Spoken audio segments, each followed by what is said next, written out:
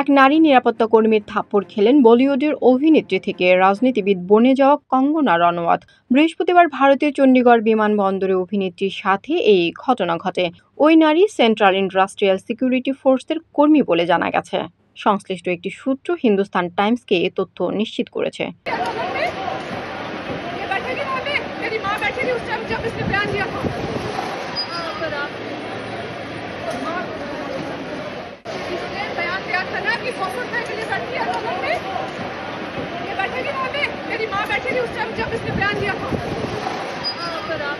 সদ্য সমাপ্ত লোকসভা নির্বাচনে ভারতীয় জনতা পার্টির টিকিটে সংসদ সদস্য নির্বাচিত হয়েছেন বলিউড তারকা কঙ্গনা রনাওয়াত।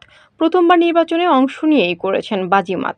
সূত্র জানায়, বিমানবন্দরের নিরাপত্তা পয়েন্ট পার হওয়ার সময় নিয়ম অনুযায়ী ট্রেতে মুঠোফোন রাখতে অস্বীকৃতি জানান লোকসভার নবনির্বাচিত সংসদ সদস্য কঙ্গনা রনাওয়াত। বরং তিনি নিরাপত্তার দায়িত্বে থাকা কর্মীদের ধাক্কা দিয়ে চলে যেতে চেষ্টা করেন। এই পরিস্থিতিতে এক নারী নিরাপত্তা কর্মী কঙ্গনাকে থাপ্পড় মারেন।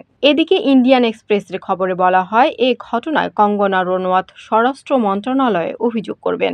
ইন্ডিয়ান এক্সপ্রেসের খবরে আরও বলা হয়, একটি ভিডিওতে সিআইএসএফ এর একজন কর্মীকে বলতে শোনা যায়, কৃষক বিক্ষোভে তার মা অংশ নিয়েছিলেন।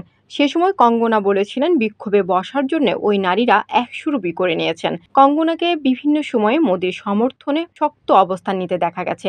এক ভিডিও বার্তায় কঙ্গনা রনাওয়াত বলেন, আমি ঠিক আছি, নিরাপদে আছি। আমি নিরাপত্তা তল্লাশি এলাকা থেকে বের হতেই পাশের কেবিন থেকে বেরিয়ে আসেন সিআইএসএফ এর এক নিরাপত্তা কর্মী। এসেই আমার মুখে আঘাত করেন এবং বকাঝকা করতে শুরু করেন। কারণ জানতে চাইলে তিনি বলেন, তিনি কৃষক আন্দোলন সমর্থন করেন। পাঞ্জাবে যেভাবে সন্ত্রাস ও চরমপন্থা বাড়ছে তা